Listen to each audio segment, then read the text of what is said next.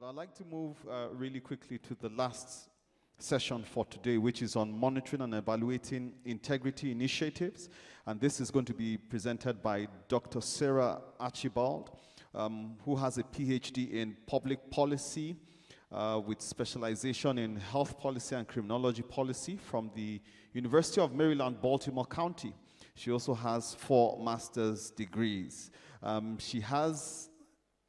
She also has a graduate certificate in research ethics, a graduate certificate in leadership and management, and a bachelor's degree in sociology. She is also a certified compliance and ethics professional and a certified risk and compliance management professional. Dr. Archibald has 5 years of experience in research administration, specifically the grants and contracts, and 17 years of experience in research compliance. Currently, she serves as the Director of Auditing and Monitoring at the University of Maryland, Baltimore, and her duties include auditing protocols that involve human subjects and animal subjects.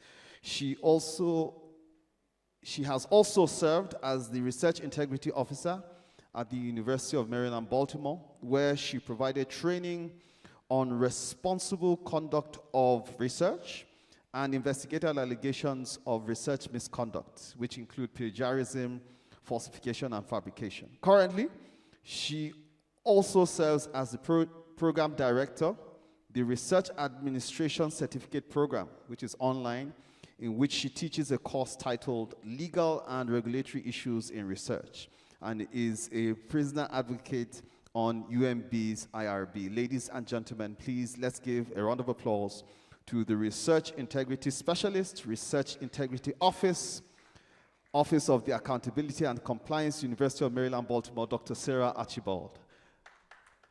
Please clap. Hi, thank you very much. I've done a lot. Yes, when I hear all of that, I'm like, okay, that is a lot. Awesome. Okay. Thank you. Since that write-up, I've actually been promoted. So I'm now the Executive Director of the Human Research Protections Program in the Office of Accountability and Compliance at the University of Maryland. And since this topic kind of covers a lot of different areas, I thought it might be helpful to actually look specifically at auditing human subjects research protocols, which is something I've done for the last 13 years, and to give some tips on what that actually looks like as you're developing your various programs.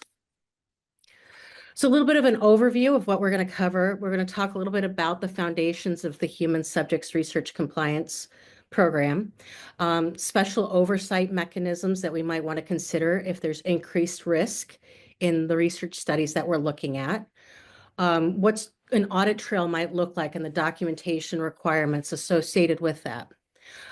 We also will be covering how to help people prepare for an audit and also for your staff to prepare if they're going to be performing an audit. Also conducting the audit itself, what you need to do after you have conducted the audit. And I'll go through some of the common audit findings and prevention strategies. And we'll talk a little bit about special considerations. And if we do have time, I'll be able to take some questions at the end. So in the US, and I'm putting this as focused on the US, but you can fit in what your regulatory framework looks like.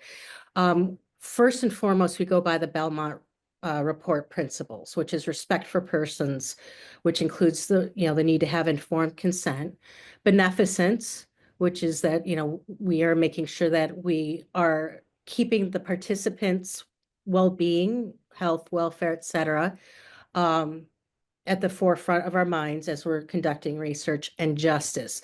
We aren't just choosing people because they're a convenient population to study. We're making sure that those who we study also have the potential to benefit from the research that they're partaking in. We also have common rule requirements, so 45 CFR 46, the FDA regulations for clinical investigations. One thing I'll be talking quite a bit about is the ICH-GCP. We use that a lot in our audit reports to explain the different reasons why there are findings within a particular audit report. while keeping in mind the Declaration of Helsinki. And then there's institution-specific policies. So for example, at the University of Maryland, Baltimore, we have a wide range of policies covering human subjects research. We also have an investigator manual that outlines the requirements that the PIs have for human subjects research and how that we can protect our participants. So just to give you an idea of what it looks like on this side, I know it's going to look different for your ethics committees because your regulations are different. But in the US, we have different types of protocol reviews. And the reason I'm bringing this up is it is important for your auditors to know what those reviews look like, when are they used, that sort of thing. So for full board, this is usually research that is greater than minimal risk. You need a quorum of the IRB to actually review it and approve it. There's a detailed discussion of the risk-benefit analysis. All of our protocols that involve vulnerable populations, which include children, pregnant women, and prisoners, will go to a full board. Clinical trials with experimental treatments or devices go to full board. Anything that seems we need to have an extra set of eyes on it will go to a full board review. Our expedited is that there's no more than minimal risk. It's reviewed by an IRB chair or a designated member. We have different categories as it relates to that, which I won't go into now since we have limited time. It still requires all elements of informed consent, just as the full board would, unless it's waived. And then there's documentation requirements that have to remain comprehensive. Exempt determinations, it's not exempt from review, but it's exempt from some of the regulations and some of the documentation that's required, as it would be for the full board and the expedited. Continuing review requirements are annual reviews of those projects that are required to have an annual review or a continuing review, and then protocol amendments and modifications. So if there's a change to the research, that has to be done prior to the implementation of the change. And so those are actually reviewed to make sure that it doesn't change the risk assessment, doesn't change the risk benefit analysis or anything like that. And to make sure we don't need to put in extra procedures or whatnot to make sure that we maintain the rights, welfare, and health of our participants. Some things that we might put into place and that we might actually get information that would trigger an audit come from DSMBs, and we usually use those for multi-site trials. Medical monitoring for high-risk interventions, scientific review committees for methodological assessment. If there's biological agents, we also have IBC review. If research is involving radiation, we have a radiation safety committee. If there's a conflict of interest, we have to make sure that we've taken a look at those and made sure that the PI or the researcher's following any management plan for that. And then if it's community engaged research, we might also engage with the community advisory boards for this. In terms of the audit trail, we want to make sure that we have these different pieces in line. So making sure we know what protocol was in place at a particular time, because when we go out to audit, we want to make sure that we are comparing documentation with what is in the protocol. We're specifically looking to see, did the researcher or the PI actually follow his or her protocol, and how that distribution system happens, especially if it's the appropriate protocol that's in place, and a way of keeping track of those. So you don't just get rid of them, you hold on to them as part of your regulatory binder. Comprehensive regulatory binder maintenance. We at our institution actually require regulatory binders, even if it is not a clinical trial. So in that regulatory binder, there's going to be a delegation log, delegation of authority log. There's going to be the informed consent documents, all of the IRB documentation, including the protocol, any of the correspondence that has been received, the training and CVs of those who are actually on the study team, and that'll include the required training by the institution, but also the protocol-specific training. There will also include some log as well. Or it can be, if it is electronic, we strongly recommend making sure that you have a central log of everyone on your study team. That's used to go back to compare with the study documentation to see who actually performed the different parts of the study. So I would want to know, did the person who did informed consent with the participant, were they actually delegated and trained to do that informed consent? You want to make sure you have electronic systems, electronic system validation for compliant record keeping. A lot of people still use paper for their research records, but if you are using an electronic system, you want to make sure that it is compliant. Keep an eye on documentation retention periods. So at UMB for IRB related documentation, it is a minimum of 3 years after the protocol has closed, but there's other retention periods depending on your funding source and what other reviews may have had to take place. Again, you'll have to have signature and delegation logs with training verification. And usually that's not just a sign-in sheet on a particular day. We tend to look for, did you present a PowerPoint? And that PowerPoint should be attached.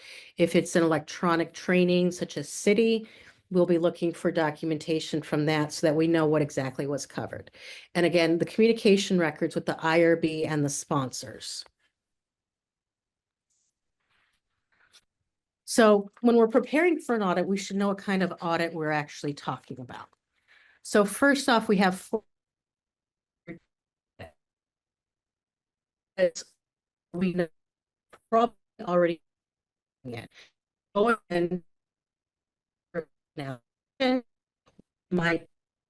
we might have heard of a complaint from a subject. The PI or the researcher may have let us know there's actually been an increased risk to participants' health, welfare, or safety. So there's an actual reason for us to go in to conduct the audit. Routine audits are ones that we just randomly pick an audit to do. We'll pick a protocol to take a look at. Usually we do a risk assessment, and so we'll look at those that are greater than minimal risk, those with vulnerable populations, if we're testing a drug or device. But those are just done at random. It's not that we know anything has happened or gone on, but it's there. We also have internal and external audits. So the internal audit is one that's actually done by an office like mine, the Office of Accountability and Compliance. On the IACUC side, it would be done by the Office of Animal Welfare Assurance. But the external audits could be a sponsor that's coming in and doing an audit. It might be a federal sponsor, or it could even be a regulatory agency like the Office of Human Research Protections. We might have sponsor-initiated audits. So if a lot of times if we have a drug study, our sponsors will come in, send in an auditor to make sure that all of the protocol is being followed and handled in an appropriate way. And again, we have the FDA and the OHRP that might come in to take a look at a variety of different pieces of the protocol. So when we're preparing for an audit, you want to try and have an idea of how long you think the audit is going to take. Hopefully, your system has a way of knowing how many participants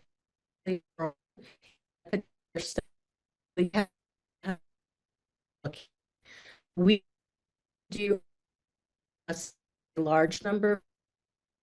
For example, 150 participants, then we might be doing 10 or 20%. Look at 15 to 30 records, depending on what the protocol is. You want to make sure that you also have your notification process in order. So we don't just automatically come up and say we're, without any notice that we're doing an audit. Some of our regulatory agencies might do that, but by and large, we try and do notification. We let the PI, the researcher, know that we will be coming out. We figure out a time that we can agree on that they'd be ready to answer questions and allow us access to their data.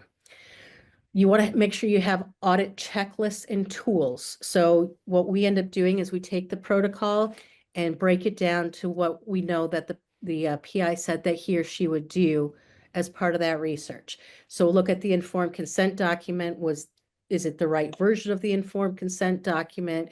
Was it signed appropriately? Was it dated by both the person taking the informed consent and by the participant who was engaged in the informed consent process? We're also looking for documentation of the conversation as it relates to the informed consent process. I know many people think the informed consent document is the only thing you need to prove informed consent, but we like to see a write-up of, I spent 20 minutes with the participant going over the risks and the benefits and what the research was about. They asked these types of questions, and that actually helps us with making sure we have a more robust informed consent process. You'll also want to break down the eligibility criteria. Did they meet the eligibility? You know, were there any exclusion? Sometimes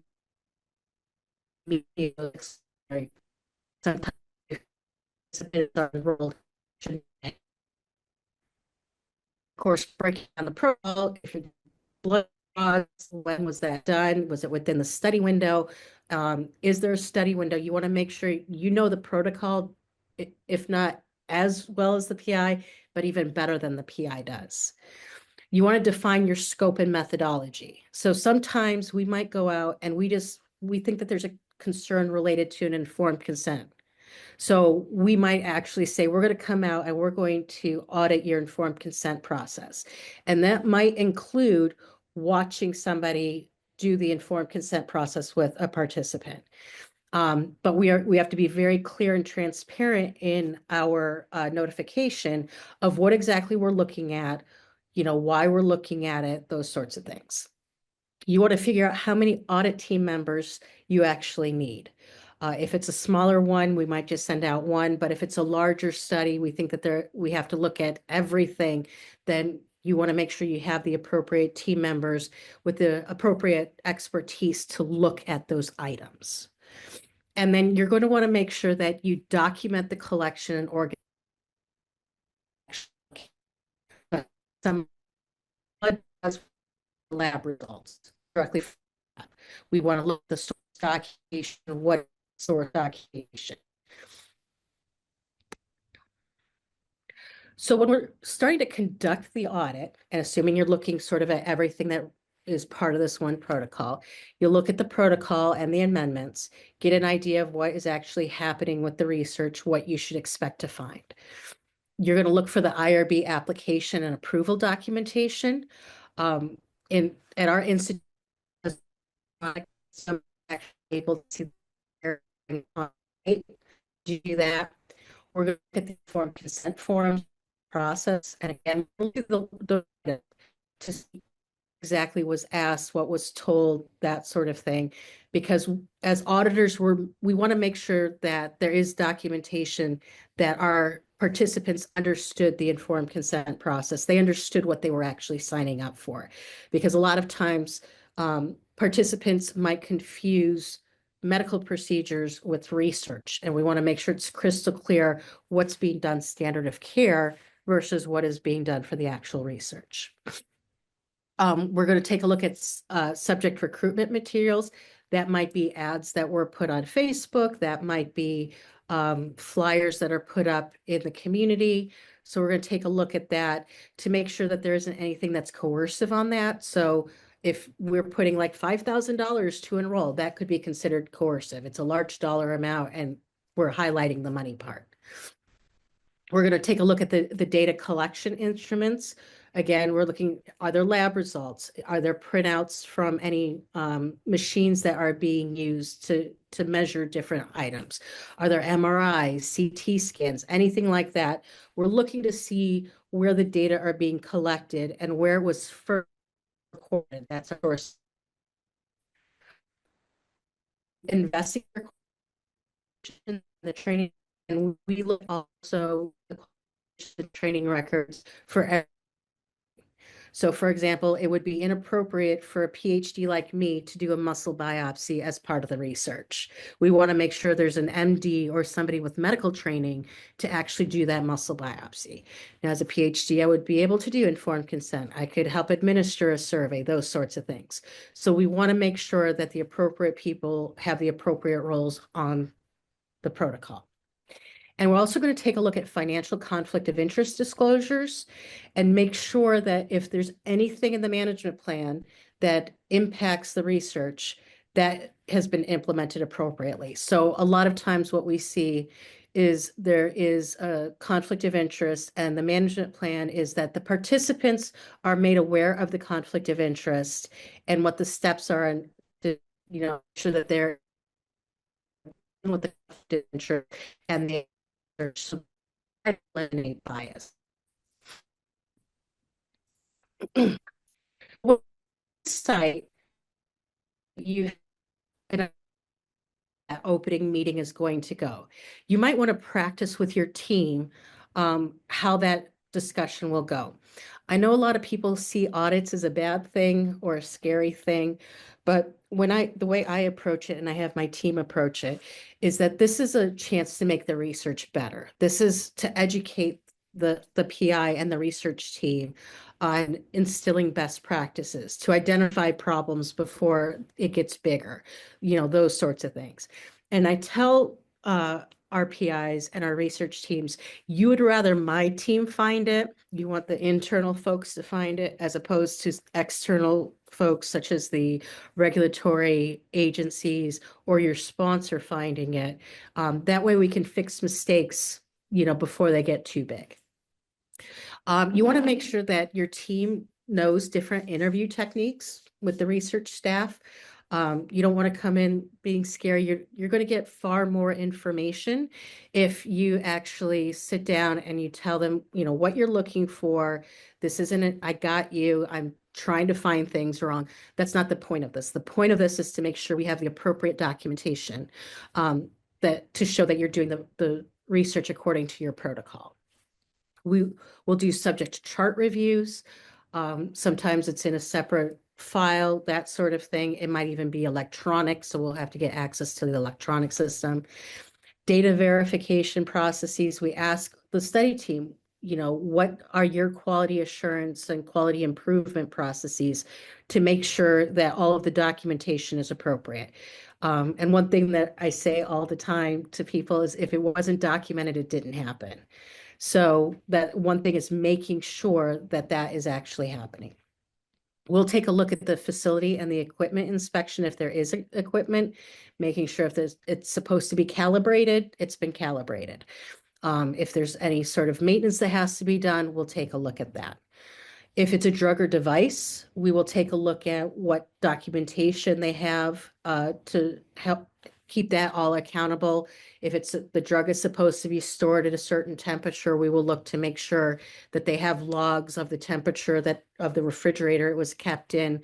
If the device, has to be stored in a certain place, we'll make sure that it's stored in a certain place.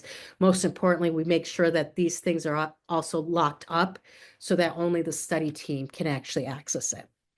And then we'll also ask about privacy and confidentiality safeguards. So we will ask, where do you do the informed consent process? Where do you administer the survey? We don't want those things taking place in a busy waiting room. We want to make sure that it's in a quiet place so that the person has privacy and can ask questions. We also ask, where are you maintaining the study records, which is the confidentiality piece? Is it locked up? Who has access to it? Does everyone have a key, or is it just the study team? So you want to make sure that they are, only the study team has access to the research materials. So when you're actually conducting the audit, here's some things that you want to focus on. So protocol adherence and deviations. So did they actually follow the protocol? And if sometimes there are deviations, but it's not because of the study team. It's the participant decided they didn't want to have their blood drawn. The participant didn't want to answer those questions on the survey. So if there's deviations, is there an explanation for why the deviation ended up happening? So there should be a note to file that says the participant had to leave early for whatever reason, or they declined to do this part of the research. If it's something that falls on the study team, then that would be a fine.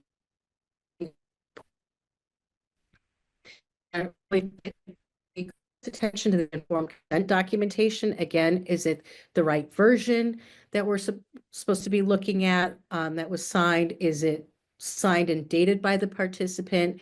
You want to make sure that it is the participant who actually signed and not someone else, unless a legally authorized representative was required for the research for some reason. But making sure all of that is in order. Eligibility. So take a look to see what that criteria looks like. If that includes making sure they're not anemic, I would expect to see lab results that show that their iron levels were sufficient. Adverse event reporting and follow-up. PIs have to know when they actually have to report things to their IRB or their ethics committee, and it usually is within a certain period of time. So at UMB, it's 5 days from the time that they know something has happened.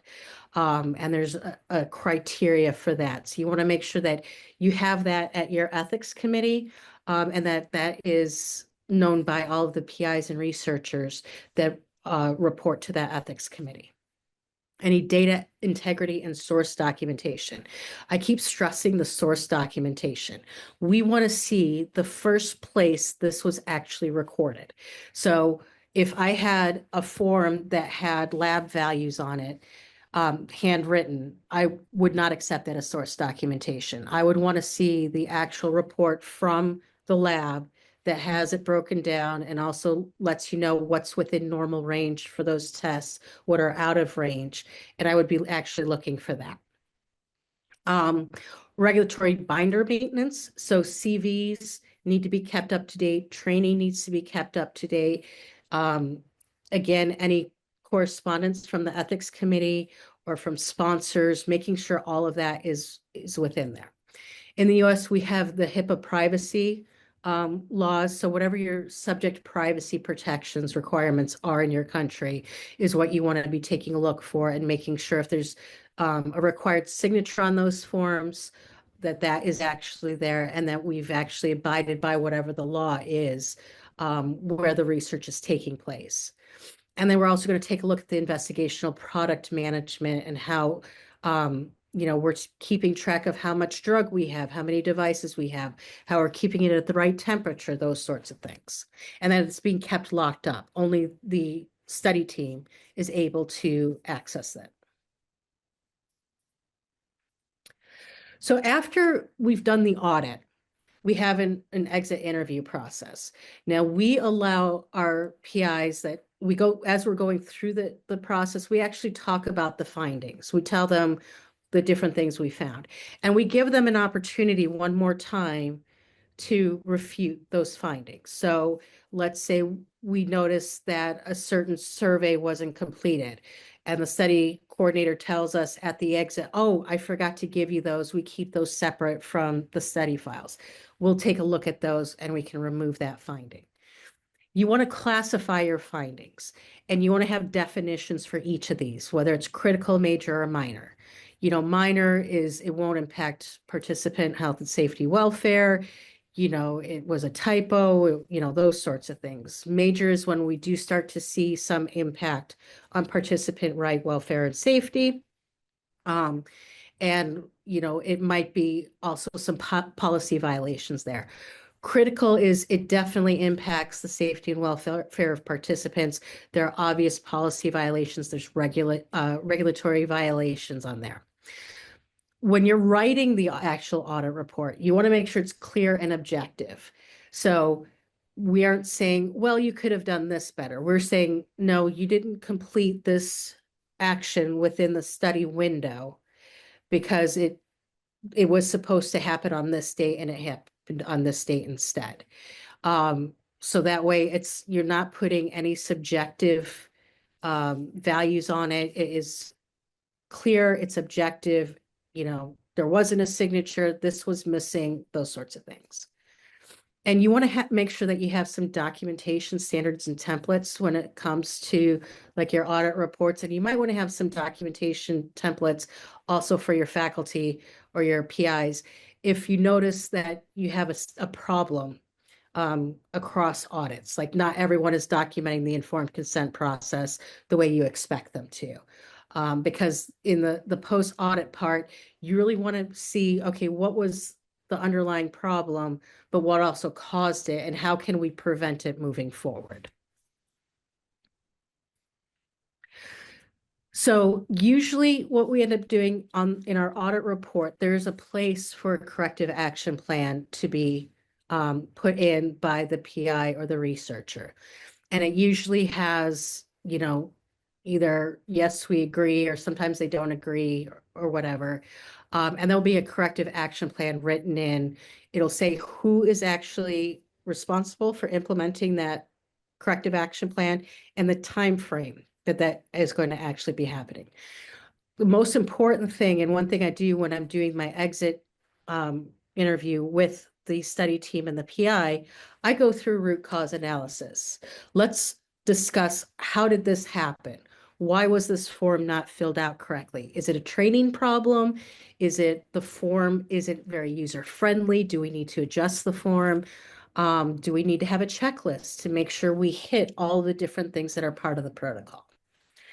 And so for the CAPA development process, I use that time to educate and train our researchers on what we think the IRB is expecting to see, or in this case, your ethics committee. And we want to really get to the heart of why the problem happened. Sometimes we have to modify the protocol. It's just unreasonable to think that within 24 hours, we can do the next part of the research. So let's build in some flexibility into the protocol so that you aren't falling outside of the study window. Again, you want to set realistic timelines. So we've had study teams that are like, by tomorrow, we're going to do X, Y, and Z. Well, that's usually not realistic or reasonable. So, training will happen within the next month. We will submit the training documentation to the auditors for verification, those sorts of things. If it requires a modification, the modification will be submitted within a certain period of time, those sorts of things. And we should have some follow-up verification procedures. So sometimes I might decide that we're going to do a 6-month follow-up audit to make sure that the corrective action plan has been implemented. We might ask the faculty member in 2 months, provide us with verification that you've done these particular items on your corrective action plan. And we'll just keep following that. So for our root cause analysis techniques, one that I really sort of like is like it's called the 5 whys. And you just keep asking, why did this happen, until you get to the underlying answer. So why was this medicine missed? Well, it wasn't on the checklist. Well, why wasn't it on the checklist? And you keep going through until you can get to the very bottom of like the reason for that happening. There's many different types of root cause analysis techniques. I could probably do a whole presentation just on that for an hour, but you might want to take a look at that if you had an interest. So to give you some idea of some of the common audit findings and prevention strategies that we have, first is informed consent issues. The number one is actually documenting the informed consent process. One thing that we usually recommend to study teams is to have a form where most of the verbiage is written out. So on, fill in the date, whatever my name is, went through the informed consent process, explained the risks and benefits and the research to the participant. This took me 20 minutes to do. The participant asked questions about when I'm going to get paid or something along those lines. And that's signed and dated by whoever's doing the informed consent process. Again, you want to make sure that the informed consent is the right version. Sometimes additional information is added into the informed consent in subsequent reviews. And you want to make sure that the participant has the informed consent that is relevant for the time period that they're actually being consented. So for protocol deviations, there's a wide range of reasons why people will deviate from the protocol. I had one where the department that a group of PIs were in actually added an extra survey, but didn't tell them that the survey was on there. So for those audits, I saw there's a survey they weren't taking place that was not being done at the time. And when I let the PIs know, they were like, oh, we didn't realize that this was also being added to our protocol.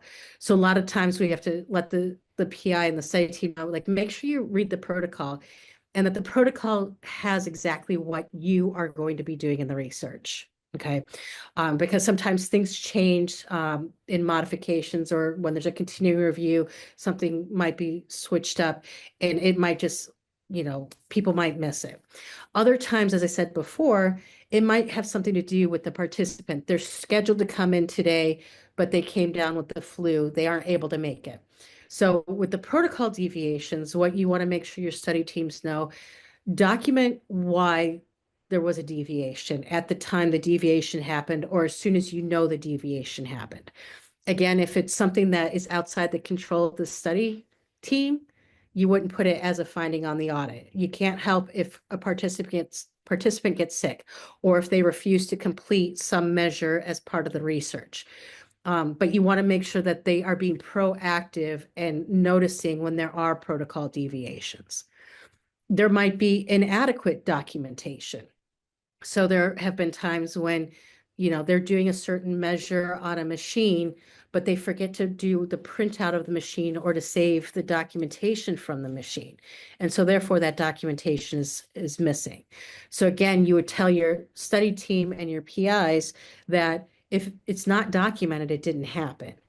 And when we're looking at these ones, we want to make sure that it's not impacting the rights, welfare, or safety of the participant. Is the missing documentation related to a pregnancy test before enrolling in a drug study? Those sorts of things. If there's reporting failures. So as I mentioned before, we have a list of criteria of things that need to be reported to our IRB. I'm assuming that your ethics committee wants to know if there's an increased risk to subjects' health, welfare, or safety. Or if there was, for one of ours is if a prisoner is enrolled, because prisoners are a vulnerable population. Or if somehow the participant was harmed in some other way while they were engaged in the research. And so when looking at the files, you want to make sure that those things aren't happening. And if it does, you want to educate your PIs and your study staff that if these sorts of things happen, you need to report it to the ethics committee right away. And hopefully your policy has a particular time frame for doing that. Data integrity problems. Sometimes what we see is the source documentation does not match up with other places where they're storing the data, whether it's in a database or in a spreadsheet or those sorts of things.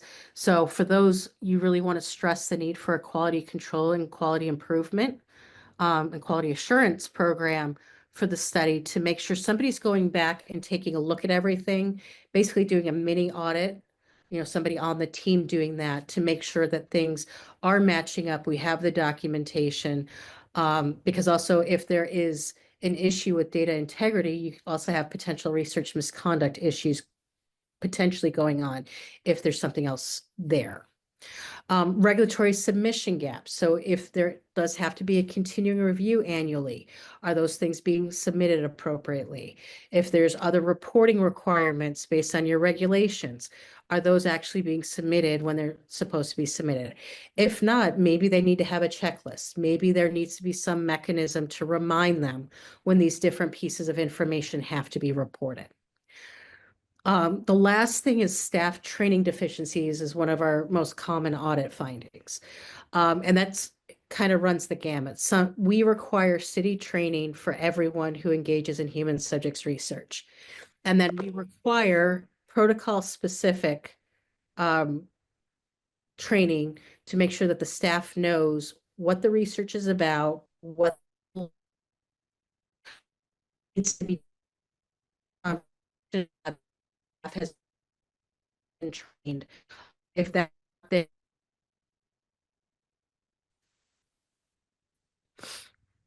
So special considerations when you're doing audits, you want to really think about, because, not every participant is the same. There are vulnerable populations.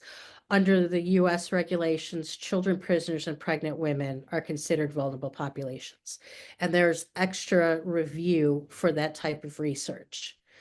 At UMB, we also consider cognitively impaired participants to be vulnerable populations as well. Economically and educationally disadvantaged subjects are also considered vulnerable. We also take into consideration whether or not the participants are employees of UMB or students of UMB, because there's the potential for coercion, for them not understanding the research, those sorts of things. And we don't want to impinge on their rights as a participant. Since this is sort of international, we want to make sure that we take into consideration local regulations and cultural considerations in international research. So if I was doing an audit that we were the IRB of record, I would also want to make sure that we had local context from wherever the research is taking place. Sometimes we have to adjust informed consent. In our culture, we have autonomy. We decide what we want for ourselves. In other cultures, a female may not have that same autonomy. They may have to also get permission from male family members. Some the can be part of that research. So we have to take into consideration those types of things as well, because we can't really impose our values on other cultures. We want to make sure we have reliance agreements and collaborative oversight if we have international research going on. So we'll take a look, and usually as part of the reliance agreement, there's a communication plan, there is a local context plan, checklists and whatnot to make sure that we know what language is being spoken.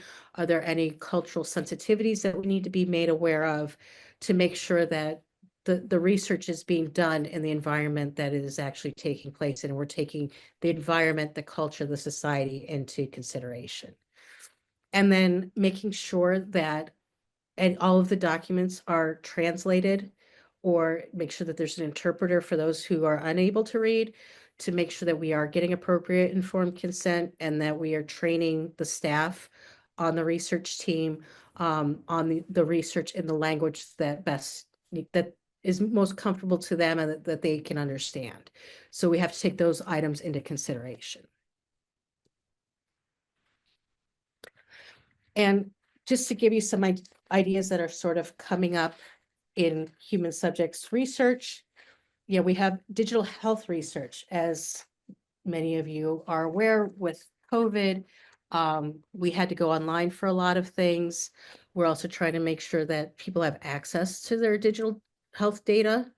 And so we want to make sure that the appropriate mechanisms are in place to keep that data safe, to make sure that there isn't a breach or a hack, that sort of thing.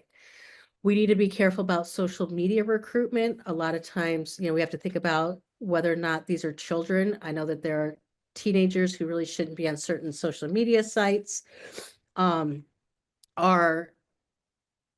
put down that they're older than they actually are. So we want to make sure we're not engaging with children and not having the appropriate things in place.